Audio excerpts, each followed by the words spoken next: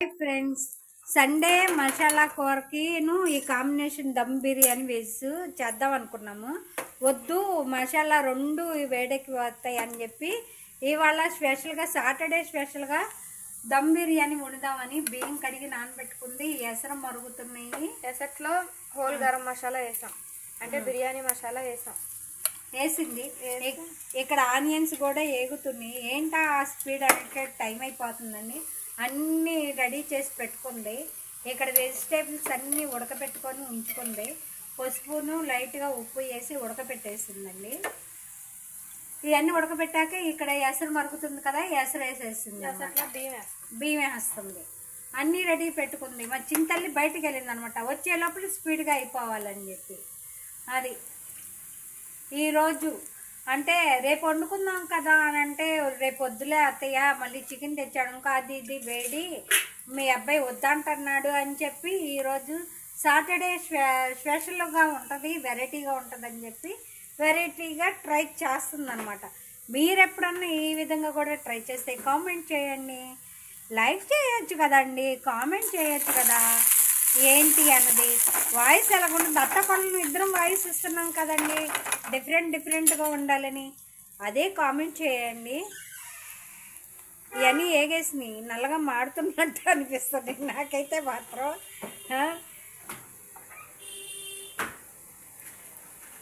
ఏమేస్తున్నావు అందులో? మర్చిపోయిందా? ఇందాక మర్చిపోయిందంట. ఇప్పుడు ఇది మ్యారినేట్ చేసుకోవాలి.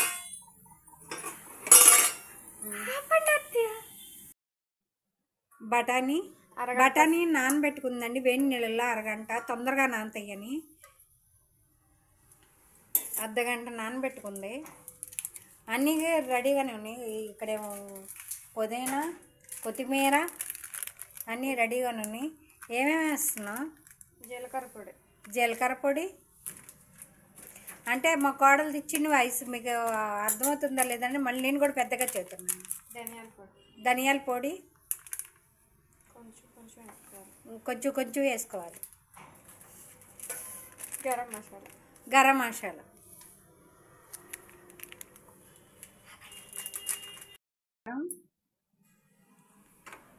లైట్గానే. మా కోడలికి డౌట్ వచ్చింది, ఉప్పు కారం వేస్తారని. చప్పకుంటాయి కదా, కొంచెం స్పైసీగా కావాలి కాబట్టి ఉప్పు కారం ఇవి బాగా కలుపుకోవాలి. కలుపుకుంటే చక్కగా ముక్కలకు కూడా పడతా ఉంటే బాగుంటుంది. ట్రై చేస్తున్నామండి. దీంట్లో కొత్తిమీర, పుదీనా వేసుకోవాలి. కూరలకు కూడా కొంచెం ఉంచుతా. కొత్తిమీర, పుదీనా. ఓ పక్క అన్నం ఉడుకుతుంది, ఓ పక్క ఇది రెడీ చేసుకొని ఉంచుకుంటాం.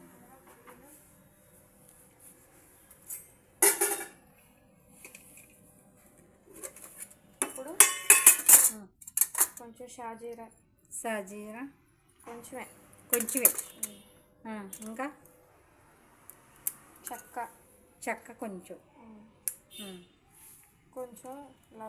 లవంగాలు 3 వేసాను, నేను ఎక్కువ వేయాలి.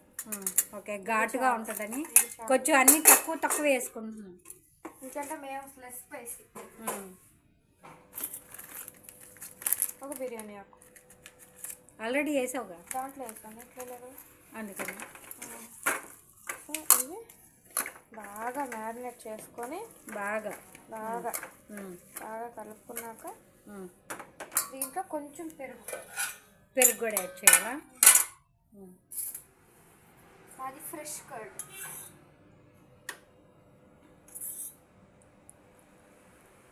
ఫ్రెష్ దాంటండి కలుపుతుంది.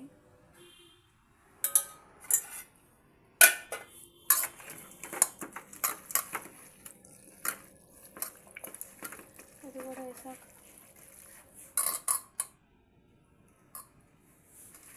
కొంచెం నిమ్మరసం వేసుకోవాలి. ఒక దగ్గర పెట్టు, కలుపు. అటు ఇటు తిరుపుతున్నావు కదా, అక్కడ పెట్టి కలుపుకో. అంటే నాకు అటు ఇటు జరుపుతూ షేక్ అవుతుంది, కెమెరా షేక్ అవుతుంది. నిమ్మకాయ పిండేది ఉంది కదా, గింజలు పడతాయి కదా. అందుకే నా చేతిలో పెట్టాను. సో దీన్ని ఒక 10 నిమిషాలు వదిలేయాలి అలా. ఈ లోపల అన్నం ఉడుకుతూ ఉంటుంది. పెద్ద మంట పెట్టు, అన్నం ఉడుకుతుంది. ఇందాక పైకి లేచి మీద పడుతుంది, కలపలేకపోతున్నానని. పోయి మర్చిపోయా, కొంచెం ఫ్రైడ్ ఆనియన్స్ వేయాలి.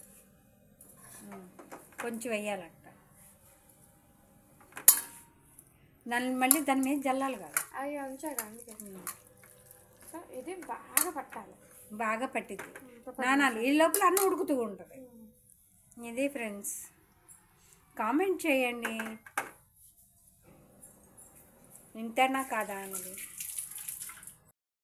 అదిగోండి లేయర్లుగా పెట్టాలంట. దమ్ బిర్యానీ, వెజ్ దమ్ బిర్యానీ. ఏదో నేను ఫస్ట్ టైం ట్రై చేస్తున్నా, నేనేం ఎక్స్పర్ట్ని కాదు. దీంట్లోకి రైస్ మనం ఏదైతే చేసుకున్నామో వాటర్ లేకుండా వేసుకొని ఒక లేయర్ వేసుకొని. కొంచెం గట్టిగా చెప్పు, వాళ్ళకి వినపడట్లేదు. ఫస్ట్ సారి ట్రై చేస్తుందంటండి. ఆ వాయిస్ వినపడుతుందో లేదో కానీ నేనైతే గట్టిగా చెబుతున్నాను. ఫస్ట్ లేయర్లుగా వేసుకోవాలంట.